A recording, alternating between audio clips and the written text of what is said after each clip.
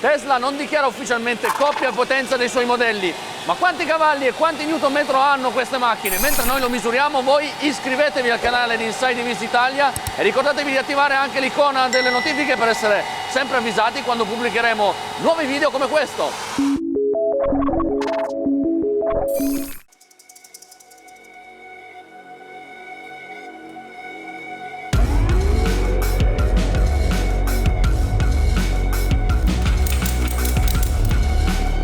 Eh sì, abbiamo portato sul banco a rulli la nostra auto elettrica di redazione, la Tesla Model 3 Standard Plus, la più efficiente tra le versioni disponibili per questo modello. Ma eravamo curiosi di vedere come se la sarebbe cavata anche la versione più potente, la Model 3 Performance, protagonista delle nostre drag race.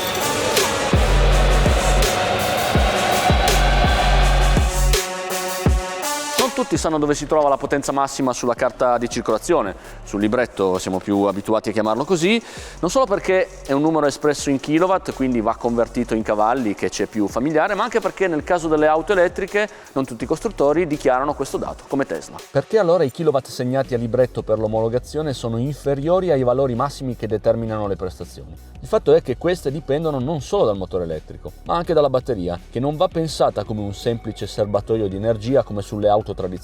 Un motore a benzina infatti può funzionare alla massima potenza per lungo tempo, se adeguatamente raffreddato ovviamente, perché lo scorrere continuo del fluido del carburante non influisce sulle prestazioni, al contrario di un motore elettrico, per cui la potenza massima non coincide con quella di omologazione proprio perché la corrente che scorre dalla batteria al motore genererebbe molto calore che allo stato tecnologico attuale non sarebbe possibile smaltire a sufficienza senza danneggiare le celle. Si capisce dunque meglio perché la normativa che determina l'omologazione ECE R85 definisce potenza netta massima non quella più alta possibile, ma quella che, cito testualmente, un gruppo motopropulsore è in grado di erogare in media nell'arco di 30 minuti. Ha esattamente lo stesso incremento. Sì, ha un allungo più costante. Non scende. Anche nelle varie prove, diciamo che regime massimo 14.003 più o meno. Dissipata identica. Sì.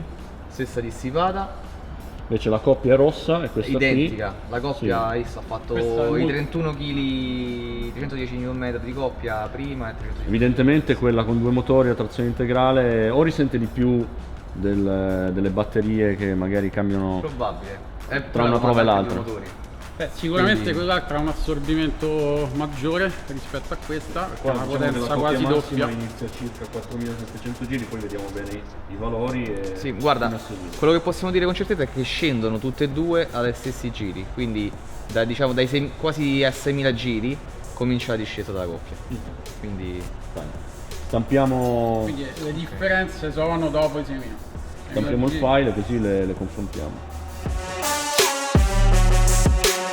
Prima di tutto notate che le rilevazioni iniziano dopo i 2500 giri al minuto perché con i banchi a rulli attuali non si può salire con un'auto elettrica e premere a fondo sull'acceleratore subito, partendo da una situazione di ruote ferme, per cui non si riesce a visualizzare l'erogazione iniziale della coppia che nello specifico sulla Model 3 Standard Plus a trazione posteriore raggiunge il massimo di 310 Nm a 4950 giri, mentre la potenza massima è di 192 kW, cioè 261 cavalli a 6980 giri. Il numero di giri massimo del motore elettrico però è molto più in alto, perché si sfiorano i 14.700 giri al minuto. E potete vedere dal grafico come le curve della Model 3 Standard Plus salgano rapide per raggiungere il picco, mantenendo questo valore con un andamento piatto e soprattutto con una decrescita molto lenta fino al limitatore praticamente. Segno che quello che questa versione può dare è ben spalmato su tutto l'arco di utilizzo. I due motori della Model 3 Performance a trazione integrale invece danno tutto subito per poi mollare prima, pur avendone decisamente di più. E cioè parliamo di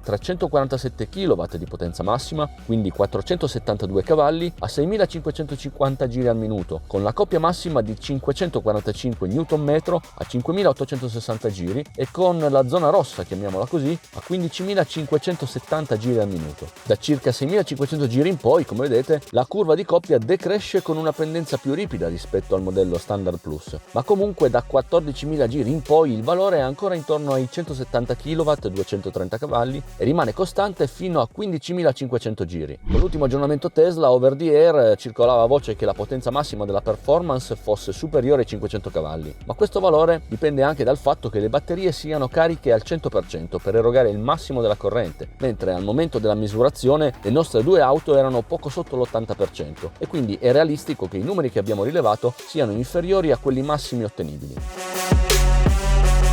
A questo punto del video vi sarete già chiesti: ma la modalità Dyno Test di cui si parla tanto su internet? Vi faccio vedere come si attiva. Si tiene premuto l'indicatore della freccia a sinistra, si tiene premuto sullo schermo l'icona di Tesla, poi compare una tastiera in cui si digita il codice Dyno Test, sempre tenendo premuto l'indicatore di direzione sinistra, si lascia andare e compare la modalità al banco. Insomma, come ha mostrato chi su internet ha provato a guidare la Model 3 in modalità Dyno Test, questa non va concepita come una funzione per sfruttare su strada tutte le potenzialità di batteria e motore elettrico in termini di prestazioni, perché in curva, ad esempio, l'esuberanza di coppia e l'assenza di un differenziale autobloccante farebbero costantemente slittare le ruote motrici con scarsa guidabilità. Se avete una Tesla, insomma, non provate a guidare in questa modalità, anche perché tra l'altro non avreste nemmeno il servosterzo funzionante. E riguardo a noi, ci vediamo alla prossima prova con la nostra auto elettrica.